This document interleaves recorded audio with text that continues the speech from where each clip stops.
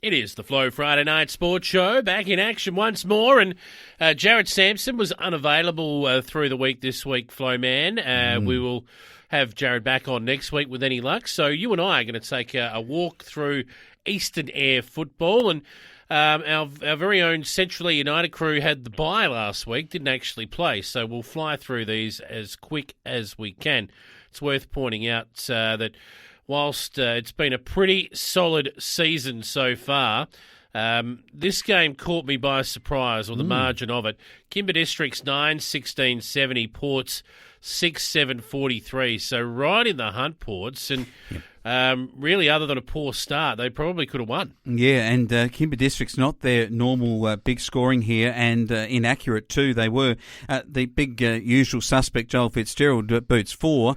He usually kicks an even bigger bag when they get Ports. So I reckon Ports have actually made up quite a bit of ground this year on where they have been in the past with both Kimber Districts and Eastern Rangers. Probably just Cowell at the moment are not quite at the same level, but I reckon it's anyone's game for the next two places. Ports certainly are an improved side. Davey booted 3 in Masters, and Reiki Wassa, he might be one of the reasons why they've improved, because they're certainly getting more of the ball and kicking more goals and being more competitive than what they have been in past years. Running through the midfield, the skipper.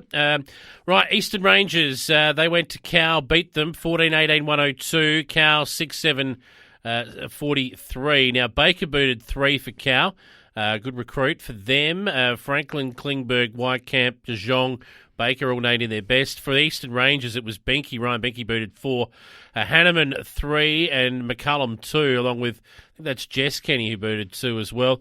Jess Kenny named best for them. Benke, Burton and Martin in their best as well. So they are a star-studded midfield, that Eastern Rangers side. But we now move on to this week, Flowman, and our Central Air United crew will be back in action. They're heading to Cow, and we're pretty sure Jared Sampson will be out.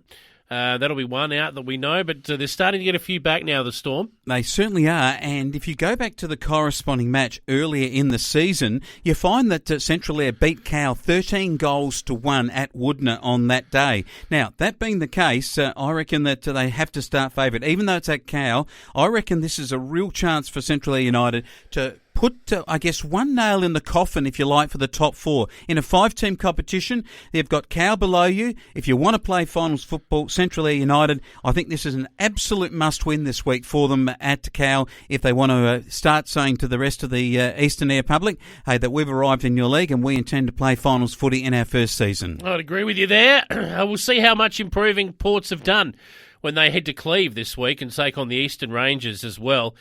This should be a beauty, but I think Eastern Rangers win that. You can't be just... is Ports capable? Reiki Wassa's starting to play. They kick 6 goals. I think that's their Achilles heel right now. Ports need to not just get the ball, but they need to kick goals when they finally get it to their full forward line. I think Eastern Rangers win, you're right, but Ports could be very defensive, and I think this is where Ports are looking for a low-scoring game.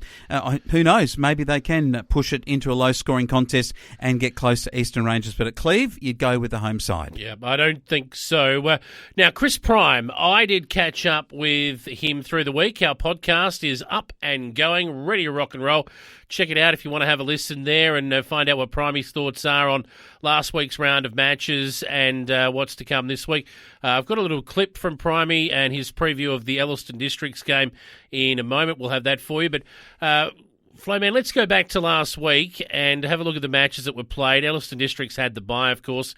What about this for a turn-up? Lock, yes. 19-10, 124 over United Yolana. 12-5-77. So the top side Eagles sent packing by the Roos on their home deck, and they were cock-a-hoop. Yeah, that big deck too, and maybe that's the changing of the guard that we've been waiting to see from Lock, because I remember about 3 years ago they had their centenary and they were planning to win a premiership with it. I reckon they made the grand final. They went out and recruited big and didn't quite win the big day. I think United Yolanda might have actually pasted them on the day. I called that game. Yep. So here we are. This is first turning of the guard, I reckon, on United Yalana. They have been the premier side in this competition for, 5-6 seasons now? Yep. And suddenly Locke have beaten them with 29 scoring shots to 17.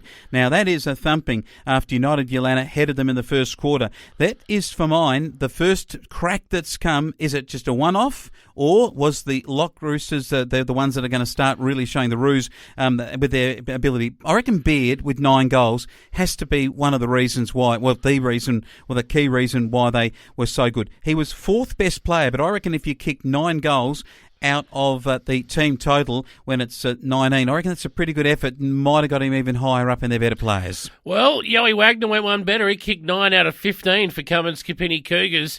He just keeps on keeping on. Nearly brought up the half-ton already.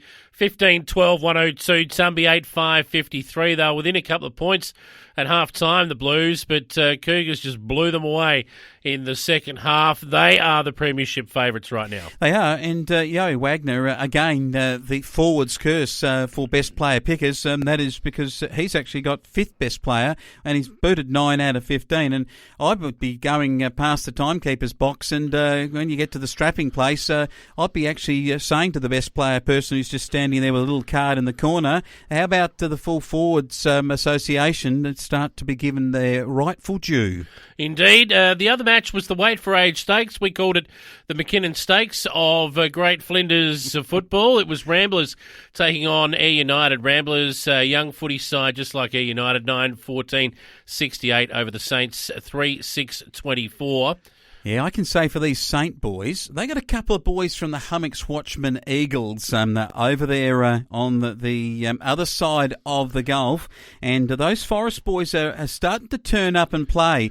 Young Luke Forrest, best for Ayr United, and he and his brother have been picked in the zone side to play for Great Flinders. Cretna booted 6 for Ramblers. Now, I'm going to throw to a clip of myself catching up with Chris Prime. This is the podcast that you can listen to about Great Flinders football. It's open and available for you now, but this is just a look at the matches to come, and in particular one of them. Flowman and I will have a look at the other couple in a moment, but this is a preview of Elliston Districts and their big clash this weekend.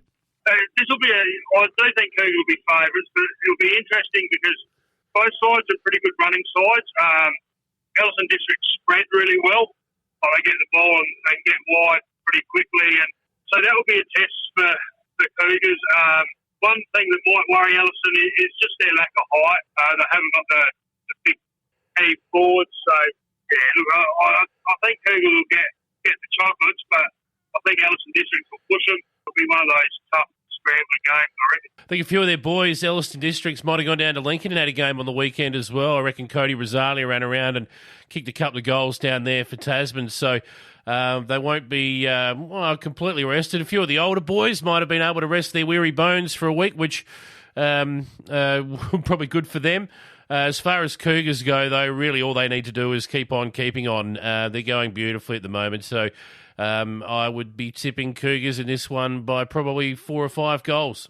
Well, I'll add a bit extra to the Cougars run this week. Obviously, Dylan Wanderer will be out, I would think, with a hamstring. There's a bloke out there that's going to play his 200th game for Cougars this week. But I think we mentioned him most weeks. He's a pretty handy footballer. Made his debut in 2003. Got 7 best and fairest, 13 Mortlock Shields, 2 as captain, 7 AP rents, 2 as captain, 2012 male medal, 3 times runner-up, 3 Anzac Day medals. Have you had a guess who it is yet, Greg? I already knew, but when you read out the resume like that, boy, goodness me, it just hits home just how good this guy actually is. And that's just his footy resume. We could read out his cricket resume to go alongside it. Yeah, look, outstanding footballer, and just his overall, his temperament and what he gives back, not just outstanding human, Primey. Just an outstanding guy. Yeah, what he gives back to footy, like he coaches the juniors, and I mean, if you can get a couple of words out of him, he's pretty wise about the game too. So Hazel, good luck on your 200 this week. As I said, outstanding bloke. He's been a pleasure to watch, even on the opposition. So get enjoyment watching him, even when he's tearing you to shreds. So, Yeah. wish him the best this week. Brad Hazelgrove and his 200th. What a champion of the Cougars Footy Club. I think they'll win for him over Elliston Districts. And Flowman, a couple of other games just to wrap this up. Lock taking on Ramblers. Who do you like there? Yeah, Lock, I think, in good form after beating United Yalana last week. I'm going with them. And Tumby Bay play Air United. Now, Air United, this is probably their best opportunity this year to get their first win. Tumby Bay, though, should win at home. So I'll go with the Blue Boys at home. Well, Primey's got some thoughts on this as well. Check out the podcast to hear what he says about his Tumby Bay Blues' chances against those crew from just up the road at Ungara. It is the Flow Friday Night Sports Show.